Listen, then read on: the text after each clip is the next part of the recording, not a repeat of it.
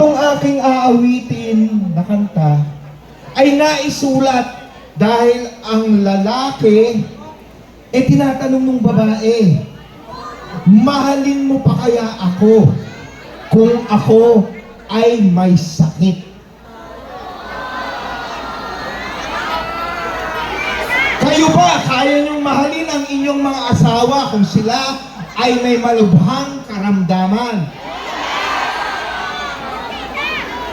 Itinatanong ko yan dahil masakit man aminin, ang Pilipinas ay may karamdaman.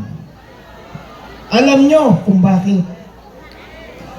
Dahil napakaraming virus, napakaraming bakterya, napakaraming nagdudulot ng sama sa ating bansa. Alam nyo kung ano ang solusyon dyan? Alam nyo ba kung ano ang pwede nating gawing gamot para sa mga virus, para sa mga bakterya, para sa lahat ng masasamang dumadapo sa ating bansa? Isa lang ang kasagutan dyan. Iluklok natin sa posisyon ang mga taong tama.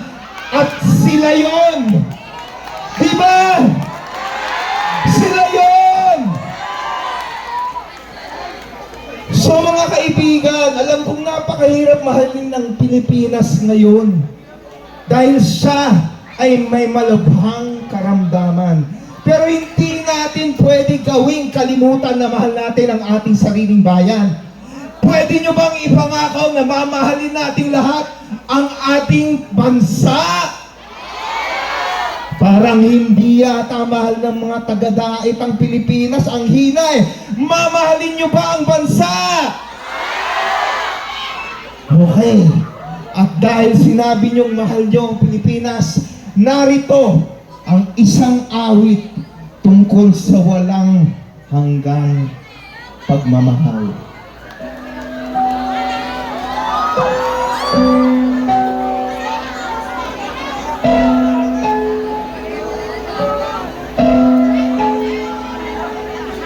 Ilang ulit mo na itinatanong sa akin kung hanggang saan, hanggang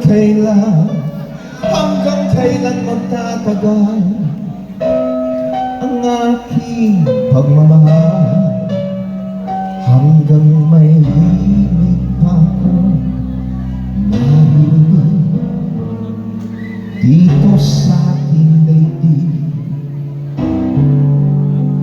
hanggang may musika ko tinatawag, kita'y iniibig. Alam niyo ba ito?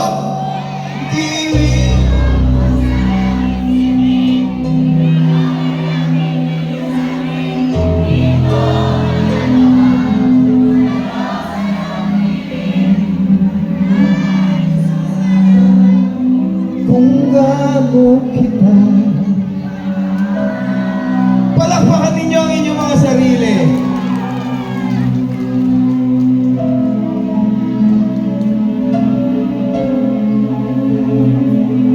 Hanggang ng diwa ko angin sa'yo lahat, mahal kailanman. Hanggang pag-ibig ko'y hanggang walang hanggan, tanging ikaw lamang, hanggang may himig ako dito sa ating daigdig, hanggang may musika ako tinatawag, kita'y iniibig.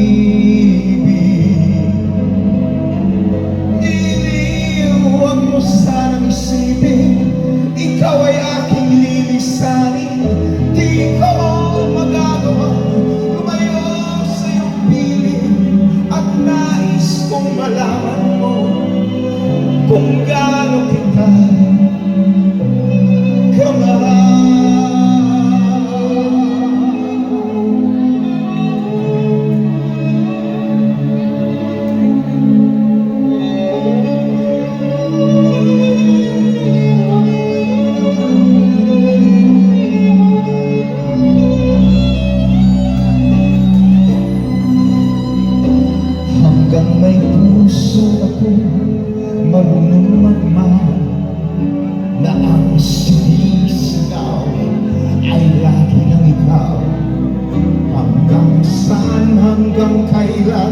hanggang kailan kitang mahal, hanggang ang buhay ko'y kunin ng may kapal.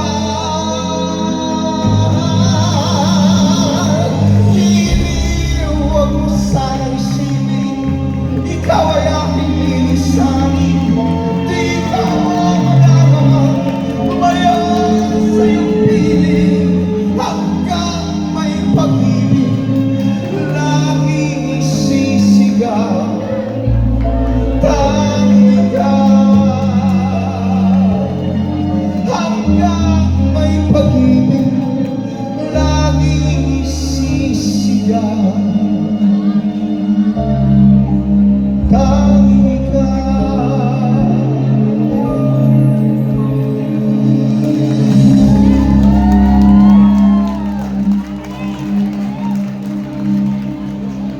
Okay, isa pa? Okay lang. Kayo ba? Gusto nyo? Isa pa? Okay lang.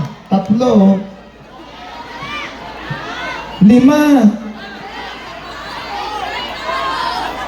Pag 5, mahal na.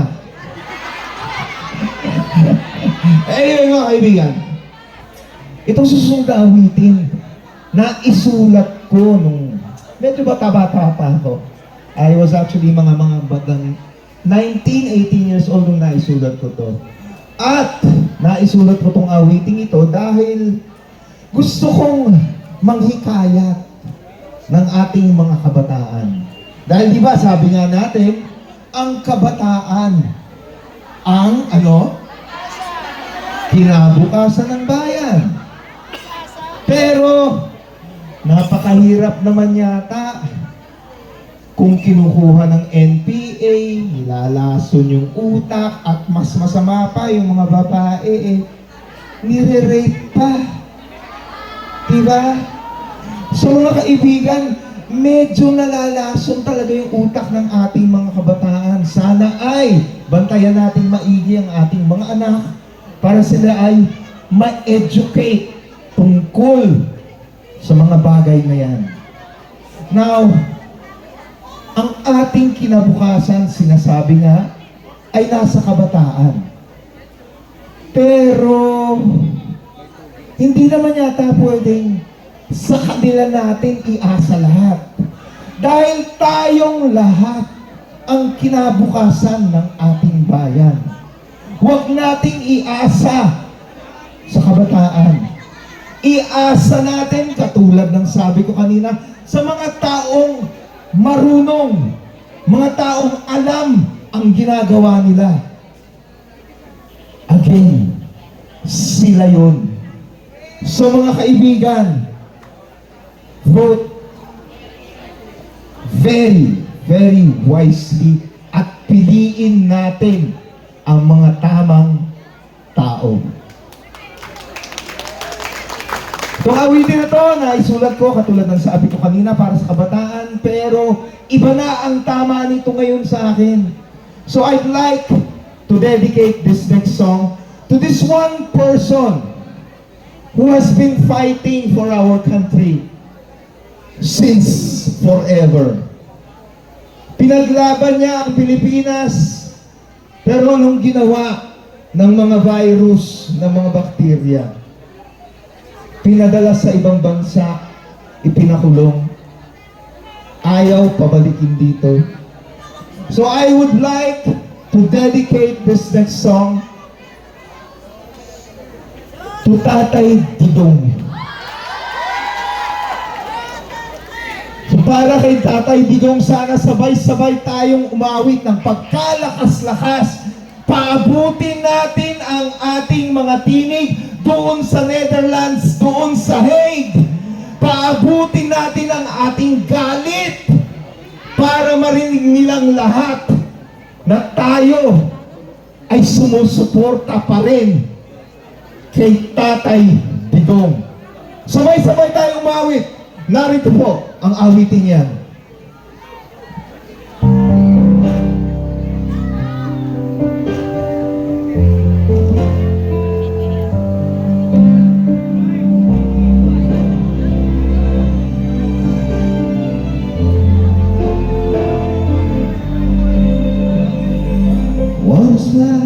offer me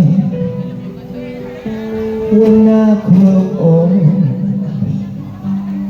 What's there to look forward to beyond the biting cold? They say it's difficult, yes, stereotypical. What's there beyond sleepy working days, cruel life? Ain't there nothing else round here but human strife? 'Cause they say it's difficult, yes, stereotypical. Gotta be conventional. Taas natin ating mga kamay. At kumanta tayo malakas. So I sing this song. Taas ang kamay. Yung mga sa likod. That we call life. We are the ones who are next in line. We are next in line. Lahat tayo kailangan magtulungan. What is life to offer me when I grow old? What's there to look forward to beyond the biting cold? 'Cause they say it's difficult, yes, stereotypical. Gotta be conventional. You can't be so radical. So I sing this song to all of my age. For these are the questions we've got to face. For in this cycle that we call life, we are the ones who are next in line. We are next in line.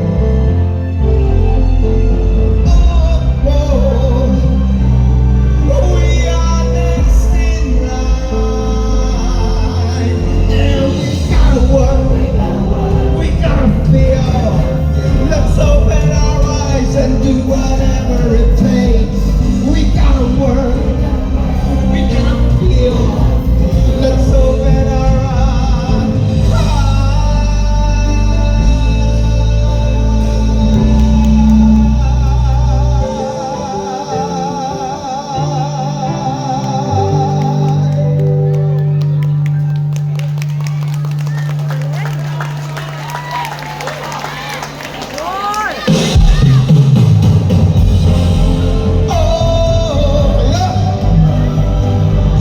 sing, sing, sing, and sing this song to all of our age. For these are the questions we got to face. For in this cycle that we call life, we are the ones who are next in line.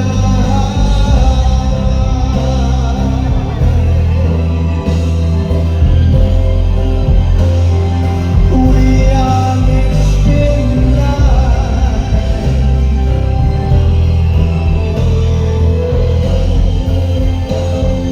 We are next in line.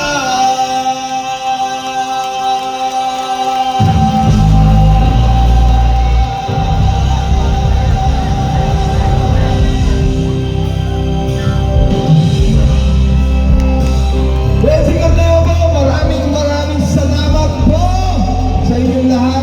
I am very happy to be here tonight. Maraming salamat talaga. And again, I would like to remind everybody, please vote for everybody on this stage. Mabuhay kayong lahat!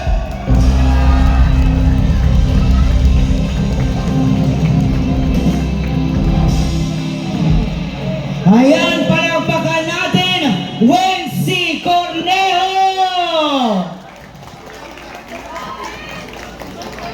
At yan, ngayon na